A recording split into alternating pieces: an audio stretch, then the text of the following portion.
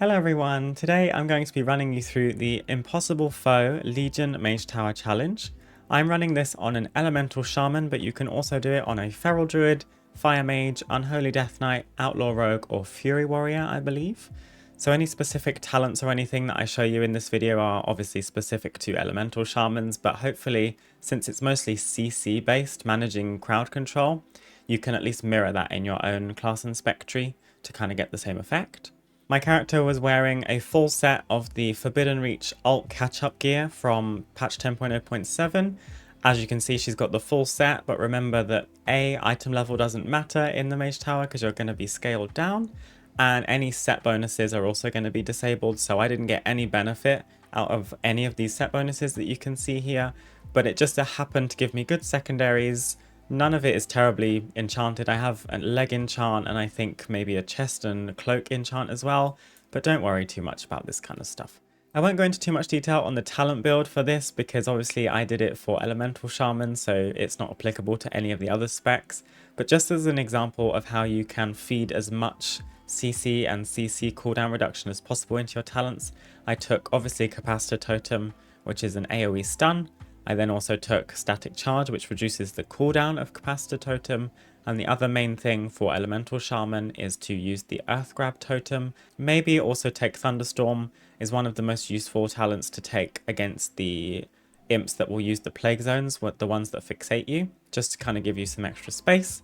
Those are kind of the main things, apart from your burst AoE as well, so obviously Stormkeeper for Elemental Shaman. If your class and spec have something similar like this, that's kind of a quick, not necessarily instant, but just something high damage in AoE, absolutely spec into it because you just want to get rid of the imps as quickly as possible.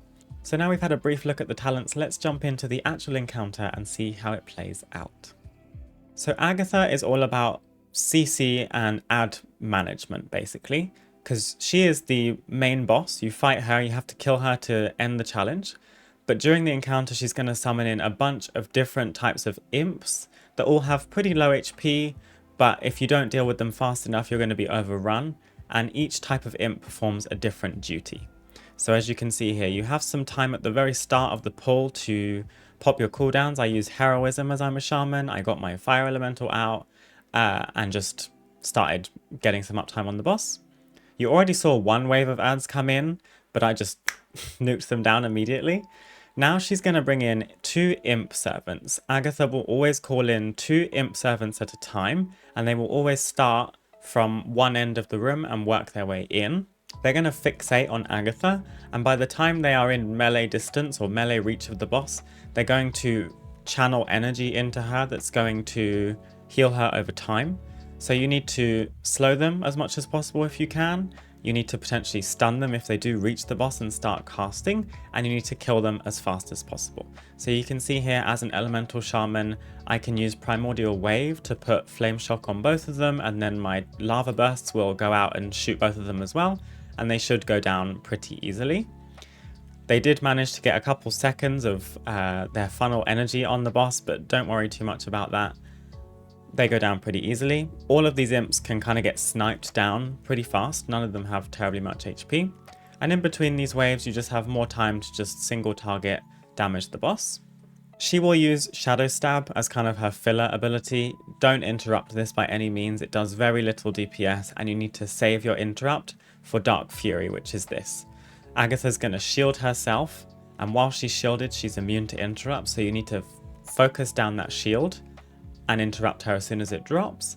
If you have an add-on like DBM or Bigwigs, for example, you should get callouts during the encounter that will tell you exactly when the shield is coming up, exactly when the shield is dropping off and telling you to interrupt, and it will also call out every single wave of ad spawn that you're going to have to deal with. So the shield is the focus here because the longer this shield remains, the more damage she's going to do to you, because she's going to fire out these shadow missiles at you, and each time you take one, you're going to take 10% more damage from the next one. So you need to deal with that pretty quickly, as you see I did here. The shield has gone down, and now we are dealing with 3 Umbral Imps and another 2 Imp Servants. So now you're having to deal with ad priority.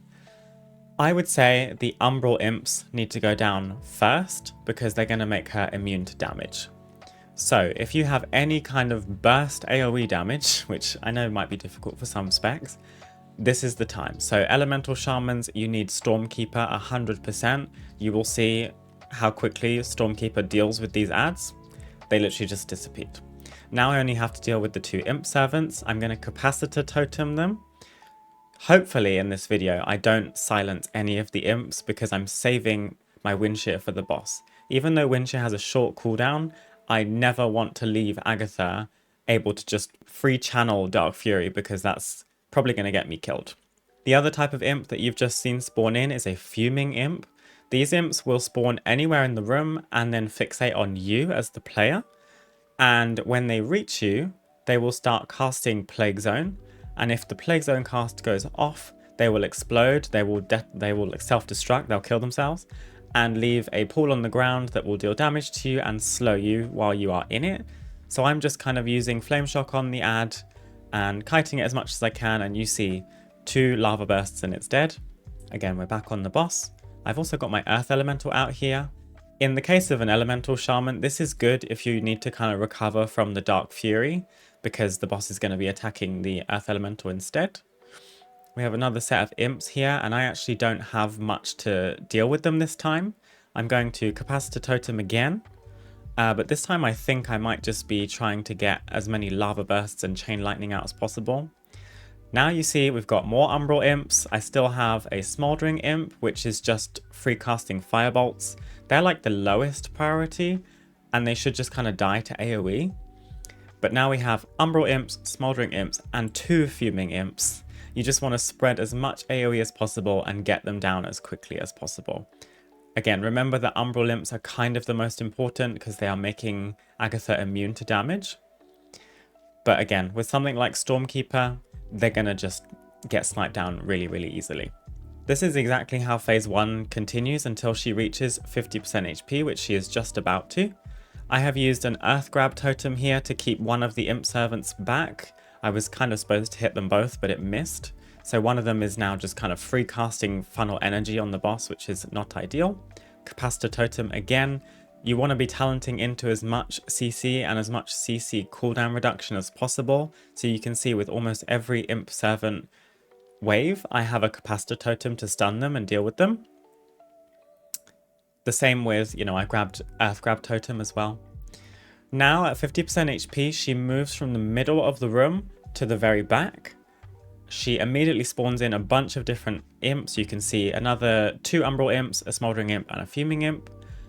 So she's now immune to damage. And the other thing that happens in this phase is these fell boulders will be rolling down the hill towards you. So you need to kind of keep moving and sidestepping while dealing with the adds, kiting the Fuming Imps so they don't get to you, and dealing, priority killing the Umbral Imps as well.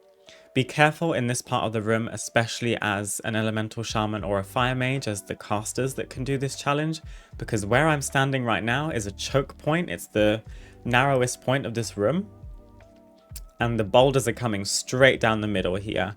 And as you can see on the right side of where I'm standing, there is kind of like a skeleton sticking out of the ground, and if you walk over that, you're likely going to get stuck in it. I got killed by getting stuck in the skeleton on one of my attempts, so try and avoid stepping into or onto the skeleton, because it's just, you're going to struggle to get out of it.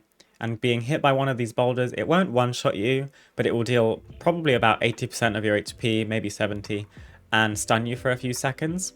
So just avoid them at all costs if you can. Again, Agatha doesn't do anything different in this phase. She continues her filler cast, her Shadow Stab, and she continues to shield herself every once in a while, and she's going to keep bringing in the same imps that we've dealt with this whole time. So keep an eye on your different burst AoE cooldowns, check which ones you've got, coming off cooldown eventually, so you know how to deal with the next wave. Here's a mistake I've made. I should have prefaced this video by saying this run was messy, and I liked that this run was messy and that I finished it in this run, because it's an example of how you don't have to play perfectly to get the Mage Tower done. I messed this up real bad. You can see I'm taking a lot of damage, and I have left an imp at the other end of the room while Agatha has ported back down to the opposite end. And I thought, oh, the imp will just come to me because I'm going to outrange it. No, Smoldering Imps have an unlimited range on their Firebolt, so now I've left the ad behind me, I have to go back and pick it up again, because it's just free casting on me, and if I left it there, I would die.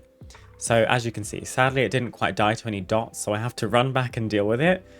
Messy play from me, and now I have to recover. I'm almost dead. Deal with the Fuming Imp, I pushed it away so that it didn't explode. And I have to interrupt Agatha as quickly as possible. Now that she's at this end of the room, you have boulders continuing to come down the room, but they're now coming from behind you, so you need to watch out.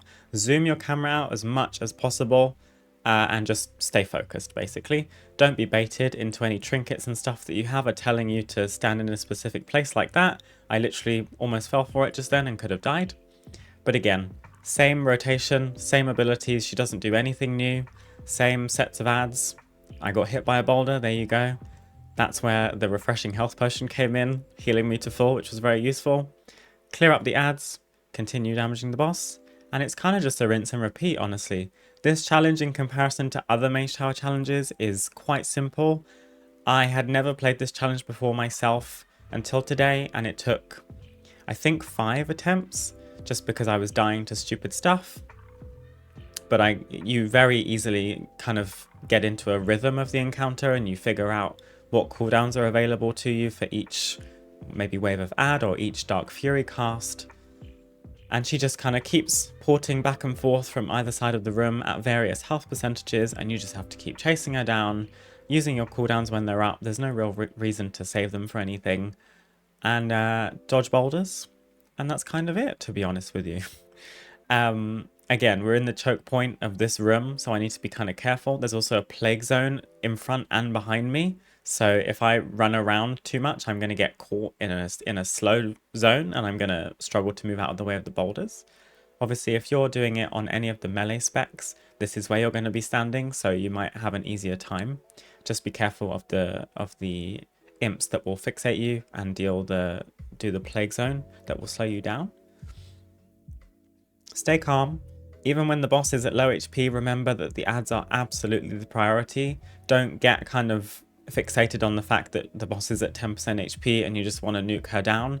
It is much more effective to just kind of ignore the boss and deal with each wave of ads and then get to Agatha once everything else is dead, because you'll eventually be overrun even if she's at low HP, and you don't want to, throw the whole encounter in the trash after getting her down to 5% because you got a little bit greedy. But as you can see, it starts getting a little bit chaotic right towards the end. She's so low HP, but she brings in a bunch of different imps. She's also immune to damage, and there's still the boulders coming. I've got plague zones everywhere. You just have to stay focused. Remember your ad kill priority. And she's going to teleport one last time, annoyingly, at 1% HP. So I can just kill her on my way back, like this. And that's it, basically. So I hope this video helped you kind of see how the encounter works and maybe helped you figure out your kill priority order and which talents you should be running. Thank you so much for watching this video. I hope you found it helpful. If it did, please be sure to give a thumbs up on the video. I would very much appreciate it. And if you'd like to see more guide content like this from me, feel free to also subscribe to the channel. I make new WoW content every single week. And I also stream over on Twitch every weekday from 2 PM GMT onwards. So if you ever want to come and hang out with us live on Twitch, you can catch me there as well. But for now, I wish you a wonderful rest of your day. Best of luck in the Mage Tower, and I hope to see you again very, very soon. Bye!